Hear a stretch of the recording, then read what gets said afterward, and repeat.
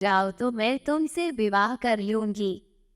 तब वो बड़ी तेजी से गायों को हाँकती हुई घर चली गई। अगले दिन सुबह रानी शोभा जरा जल्दी उठ गई। उसने जाकर बाहर का दरवाजा खोला, देखने के लिए कि कोई प्रतीक्षा तो नहीं कर रहा। वहाँ कोई भी न था। अचानक उसे एक धक्का सा लगा और वह स्तब्ध रह गई। एक बड़ा अजगर कुंडली मारे सीढ़ियों पर बैठा था। रानी शोभा सहायता के लिए चिल्लाई। देवी और नौकर भागे भागे आए कि क्या बात है। तभी एक आश्चर्यजनक बात हुई। अजगर बोला, नमस्कार। उसका स्वर बहुत विनम्र था। मुझे निमंत्रित किया गया था, इसलिए मैं आया हूँ। आपकी लड़की ने मुझसे वायदा किया था कि यदि मैं सुबह घर आ सकूं तो वह मुझसे विवाह कर लेगी। मैं इसलिए आया हूँ। रानी शोभा की समझ में नहीं आ रहा था कि वह करे तो क्या करे। उसे तो यही आशा थी कि किसी दिन कोई सुंदर नौजवान उसकी लड़की से विवाह करने आएगा। उसने ये कभी नहीं सोचा था कि वह अजगर होगा। एक नौकर भागकर रानी रूपा के पास गया और उसने सारी घटना बतला दी। रानी यह सुनकर प्रसन्न हुई।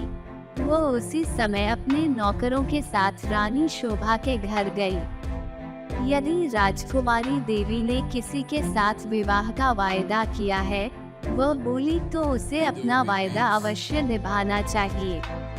रानी होने के कारण ये देखना मेरा कर्तव्य है कि वह अपना वायदा पूरा करे। उसी दिन विवाह हो गया। रानी शोभा और देवी के लिए यह कोई प्रसन्नता का समय नहीं था, लेकिन इतने दुर्भाग्य सहने के बाद वे किसी भी प्रकार की विपत्ति का सामना करने को तैयार थी। विवाह के पश्चात अजगर अपनी पत्नी के साथ उसके कमरे में गया। सारी रात रानी शोभा ने प्रार्थना करते हुए बिताई कि उसकी बच्ची ठीक ठाक रहे। दूसरे दिन बड़े सवेरे उसने देवी के कमरे का दरवाजा खटखटाया। एक सुंदर नवयुवक ने दरवाजा खोला। देवी उसके पीछे खड़ी थी। मैं आपको कह नहीं सकता कि मेरी जान बचाने के लिए मैं आपका और देवी का कितना आभारी हूँ। वो नवयुवक बोला, मैं एक शाप के कारण अजगर बन गया था। एक वन देवता मुझसे क्रुद्ध थे और उन्होंने मुझे अजगर बना दिया। बाद में उन्हें अपनी करनी पर दुख हुआ। तब उन्होंने कहा कि यदि कोई राजकुमारी मुझसे विवाह कर लेगी तो मैं फिर से मनुष्य बन जाऊंगा। और अब देवी ने मुझसे विवाह कर लिया है, मेरा शाप उतर गया है। अब मैं फिर कभी अजगर नहीं बनूंगा। रानी शोभा बहुत प्रसन्न हुई। वो अपनी लड़की और दामाद को राजा से मिलाने के लिए ले गई। ये बड़ी विचित्र घटना थी।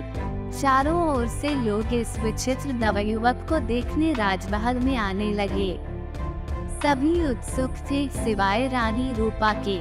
रानी रूपा बहुत गुस्से में थी। उसने झल्लाते और खींचते हुए अपने आप को कमरे में बंद कर लिया।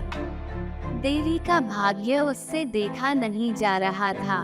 वह चाहती थी कि उसकी बेटी तारा भी ऐसी भाग्यशाली बने। आखिरकार उसे एक युक्ति सूझी। उसने झपनी लड़की को बुलाया। देवी का